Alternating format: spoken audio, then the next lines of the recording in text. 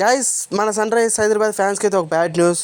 మన main spin bowler అయిన వనిందో హసిరంగా తన టెస్ట్ రిటైర్మెంట్ క్యాన్సిల్ చేసుకుని బంగ్లాదేశ్తో జరగబోయే టెస్ట్ సిరీస్ ఆడనున్నాడు. కాబట్టి మన సన్ రైజ్ హైదరాబాద్ ఆడబోయే మొదటి 3 మ్యాచ్లకి వనిందో హసిరంగా దూరం కానున్నాడు.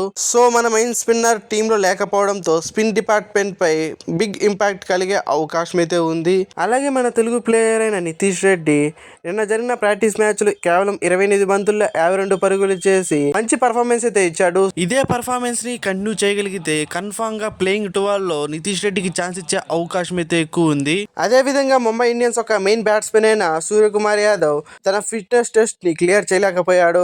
దీని కారణంగా అతను మొదటి మ్యాచ్ కి దూరమయ్యే అవకాశం అయితే ఎక్కువ ఉంది. మార్చి 21వ తేదీన మరోసారి ఫిట్నెస్ టెస్ట్ అయితే జరగబోతుంది. ఈ టెస్ట్ లో అతను క్లియర్ చేసుకోగలిగితే మన సన్ రైజ్ తో జరగబోయే రెండో మ్యాచ్ లోకి అందుబాటులోకి వచ్చే అవకాశం అయితే ఉంది. సో సన్ రైజ్ ఒక మొదటి 3 మ్యాచ్లకి తమ మెయిన్ స్పిన్నర్ అయిన వనిందో హసిరంగా దూరం అయ్యేతాడు. కాబట్టి కన్ఫామ్ గా గ్లెన్ ఫిలిప్స్ లేదా అడెన్ మార్క్రమ్ లో ఒకరికి ప్లేయింగ్ లెవెన్ లో చోటు దక్కే అవకాశం ఉంది.